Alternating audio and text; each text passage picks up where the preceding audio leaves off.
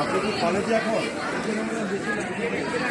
পরীক্ষার টেবিলে ছেলেমেয়ে অ্যাডমিট কার্ড থেকে আনতে গেছে, তাও বেরোয় গেছেন, যে মারামারি হচ্ছে নাকি কলেজে?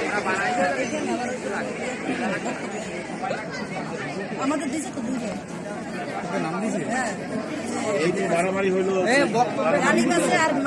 আবার নালিশ করতেছে, করবা ঠিক আছে?